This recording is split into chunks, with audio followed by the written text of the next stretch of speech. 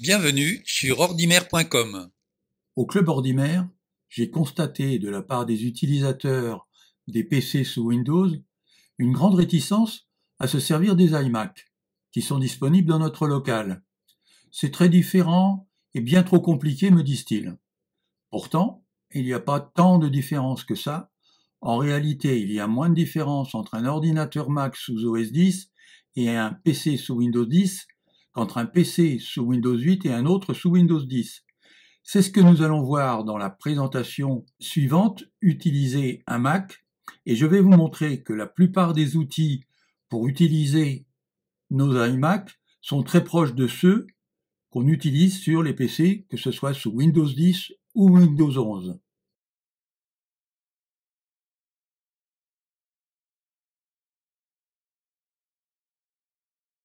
Pour allumer son iMac, il faut appuyer sur le bouton marche-arrêt, comme on le voit sur le dessin ici.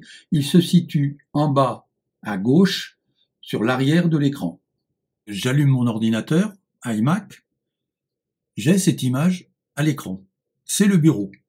Et je vais vous décrire ce qui se trouve sur ce bureau. La première chose que l'on remarque, c'est l'image qui est ici. C'est le fond d'écran. Et cette image est choisie par l'utilisateur à partir des préférences système que l'on trouve ici, réglage système dans la roue dentée. On y reviendra un peu plus tard.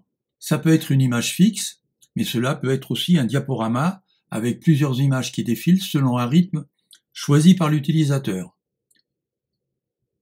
On est déjà sur un processus qui est rigoureusement le même que sur un ordinateur sous Windows. Ensuite, on a le menu en haut à gauche, c'est le menu d'application. Il comporte la petite pomme qui est ici, qui est le menu Apple, et qui, quelle que soit l'application en service, restera toujours présente.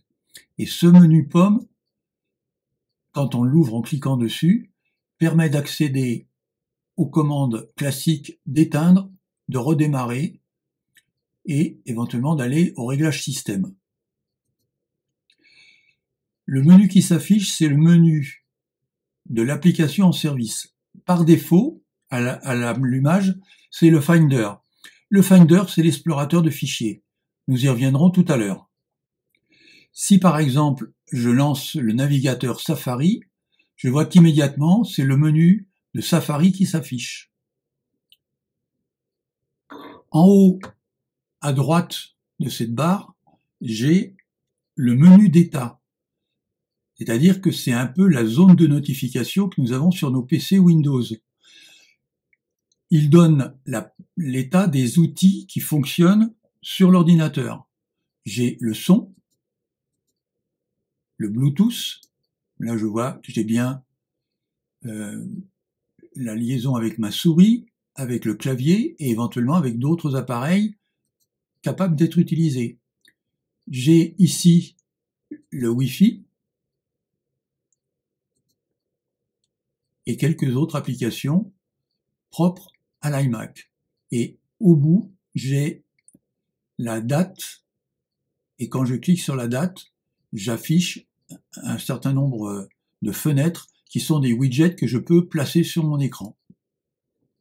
Et la dernière partie du menu, c'est le dock, qui est ici, en bas, et qui comprend toutes les applications que l'utilisateur a bien voulu placer. C'est-à-dire que c'est un peu l'équivalent de la barre des tâches d'un PC. Au bout, j'ai ici une petite barre et j'ai affiché les dernières applications utilisées. Nous verrons tout à l'heure, dans une autre vidéo, comment on utilise les applications sur l'ordinateur Mac. Et puis au bout, j'ai la corbeille et un certain nombre de dossiers qui sont placés par l'utilisateur, comme par exemple ici des sites internet, et avec le système de pile, c'est-à-dire que dès que je l'ouvre, j'ai accès au site que j'ai bien voulu mettre ici.